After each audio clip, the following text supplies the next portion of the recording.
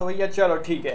तो आपने मेरी पहली वीडियो देख ली होगी, ठीक है। तो पहली वीडियो देख ली है और आप आ गए हो आप यहाँ पर वापस से, तो मतलब मैं ये समझ के चल रहा हूँ कि आपको करना है, आप सीरियस हो पड़ेंगे। तो मैं समझ के चल रहा हूँ कि आपको लो करना है। तो अपन लोग अब यहाँ पर बात करेंगे कि एकदम बेसिक से, कि मैं जान के चल रहा हूँ कि आपको कुछ भी नहीं आता है, ठीक है। अपन एकदम बेसिक से पढ़ी करेंगे और एकदम बेसिक से चालू करेंगे ताकि आपको पूरी तरीके से एक एक बात अच्छे से समझ में आ जाए, ठीक है। तो अब अपन लोग ये देखेंगे कि हम लोगों को सब्जेक्ट इसमें कौन कौन से पढ़ने हैं। तो देखो, सब्जेक्ट अपन लोगों को इंग्लिश पढ़ना रहेगा इसमें, उसके बाद इसमें कॉन्ट्रैक्ट आएगा, है ना। उसके बाद एक हिस्ट्री आएगी, पॉलिटिकल साइंस आएगा, सोशोलॉजी आएगा, एक टॉट नाम का सब्जेक्ट आएगा।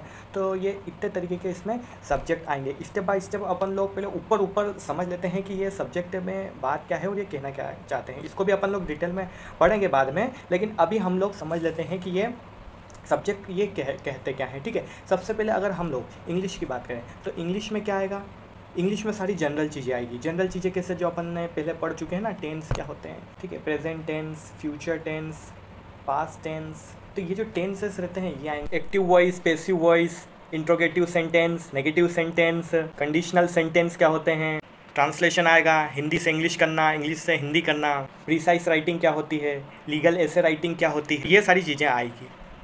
फिर उसके बाद इसमें आता है दूसरा सब्जेक्ट कॉन्ट्रैक्ट के बारे में। कॉन्ट्रैक्ट के बारे में समझें, ये सारी चीज़ों के अंदर अपन समझेंगे, अंदर डीप में भी समझेंगे उसको। लेकिन पहले क्या है कि ऊपर ऊपर अपन लोगों को समझना रहता है कि इसमें दिया क्या है। जब अपन ऊपर ऊपर समझ लेते हैं ना, फिर उसके बाद अपन को पता चल जाता है कि हाँ कहना क्या चाहता है ये सब्जेक्ट। अब कॉन्ट्रैक्ट सुन के अब आप जो एकदम पहली बार जो सुनेगा कि यार कॉन्ट्रैक्ट क्या होता है, मेरे पास ये जो पेन है ये बहुत कीमती पेन, सोने का पेन है, तो मुझे उसको बेचना है। तो एक लीगल तरीके से अपन संविदा करेंगे, ए व्यक्ति बी व्यक्ति को पेन बेचेगा, तो किस तरीके से कौन कौन से कागज़ वागज जो भी लगेंगे, किस तरीके से लिखाई होगी कि, और क्या क्या उसमें फॉर्मेलिटी रहेगी, तो उस हिसाब से अपन लोग करेंगे। ऐसा तो है नहीं कि मैं ऐसा ही दे दूँगा और जाओ भैया ऐश करो, नहीं, एक सिस्टमेटिक प्रक्रिया रहती है, उस हिसाब से हमको देखना पड़ता है।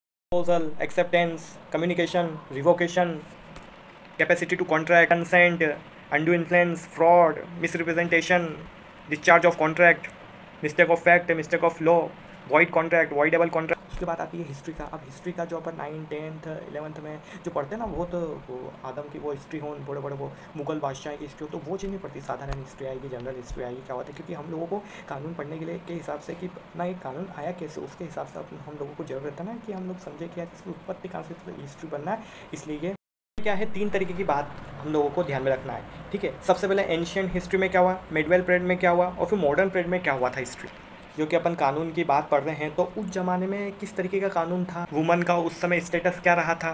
जो सोशोलॉजी सब्जेक्ट क्या होता है, समाज में क्या हो रहा है, समाज में चेंजेस किस तरीके से करेंगे अपन, पर्सनैलिटी डेवलपमेंट कैसे होता है। पॉलिटिकल साइंस में क्या आता है, अब पॉलिटिकल साइंस में इसमें स्टेट के बारे में बताया कि स्टेट किशल element of state, origin of state, nationality क्या होता है, सोसाइटी कॉन्ट्रैक्ट थ्योरी क्या होती है, हॉब्स ने क्या कहा, रूसो ने क्या कहा। ये सारे स्कॉलर्स हैं जिन लोगों ने थ्योरी दी है कि ये होता क्या है। बेंथम ने क्या बोला, ठीक है, रूसो ने क्या बोला। ये सारे जो स्कॉलर हैं, इनने जो जो बोला है वो हम लोगों को पढ़ना पड़ता है। इनमें क्या अंतर है आपको अभी थोड़ा सा भी समझ में नहीं आएगा, लेकिन क्या है कि अपन ऊपर ऊपर का एक शॉर्ट फॉर्म देख रहे हैं कि इसके अंदर अपन को पढ़ना है क्या। जब अपन लोग पूरे अच्छे से डिटेल में ये सारी चीज़ें पढ़ेंगे ना, तो अपने को सब अच्छे से समझ में आ जाएगा कि ये होता है क्या है। अभी भले से आपको समझ में नहीं आ रहा होगा, लेकिन आपको समझ में सब आ जाएगा। अपन स्टेप बाय स्टेप सारे सब्जेक्ट जो भी LLB BLLB के जो सब्जेक्ट रहते हैं, वो पूरा सिलेबस कर लेंगे, किस तरीके से लिखना है, किस तरीके से अपने को एग्ज़ाम में क्वेश्चन आएंगे वगैरह वगैरह, सब कंप्लीट हो जाएगा।